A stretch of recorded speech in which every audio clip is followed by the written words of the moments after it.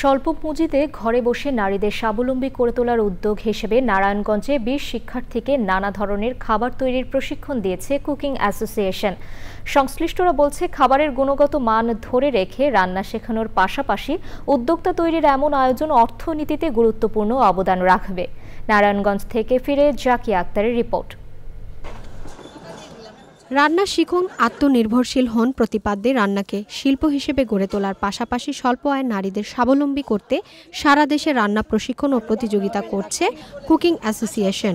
এরই ধারাবাহিকতায় নারায়ণগঞ্জের নবীগঞ্জে টি হোসেন হাউজে ২০ শিক্ষার্থীকে সিঙ্গারা ও ডালপুরি তৈরি শেখানো হয়। পুষ্টিমান ধরে রেখে মুখরোচক খাবার তৈরি প্রশিক্ষণ শেষে প্রতিযোগিতায় অংশ নেন শিক্ষার্থীরা। যেহেতু প্রথমবারই ফার্স্ট আসছি, অনেক আগ্রহ, সামনে আরো ভালো কিছু হবে। আমার চিন্তা ভাবনা ফিউচারে কিছু করার এই ফুড রিলেটেড। এই ধরনের প্রশিক্ষণ শিক্ষার্থীদের উদ্যোক্তা হিসেবে গড়ে তুলবে বলে মনে করেন রন্ধনশিল্পীরা। ওরা খুব ইন্টারেস্ট নিয়ে এগুলা আমাদের কাছে শিখতে চায়, যার জন্য আমরা ঢাকার বাইরেও গিয়েও কাজটা করি। রান্না কি শেখা লাগে? রান্না কি আবার মানুষের কাছে শিখতে হয়? কিন্তু এখন কিন্তু সেটা নেই, এখন কিন্তু একটু প্রাথমিক শিক্ষা লাগে।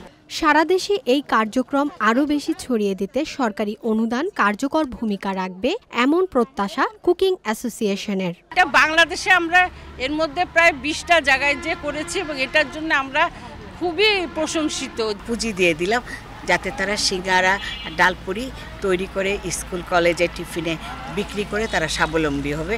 64টা জেলার মধ্যে আমরা অলরেডি 30টা জেলায় আমাদের প্রতিনিধি আছে এবং আমাদের ছোট ছোট অফিস আছে সেখানে। আমার মনে হয় সরকারি কিছু অনুদান পেলে আমরা পুরো বাংলাদেশে সারা বছর এরকম প্রকল্প করতে পারবো। রান্না প্রশিক্ষণ ও প্রতিযোগিতার পাশাপাশি দিনভর আনন্দে মেতে থাকেন কুকিং অ্যাসোসিয়েশনের সদস্যরা। নারায়ণগঞ্জ থেকে ফিরে জাকিয়া আক্তার, চ্যানেল আই।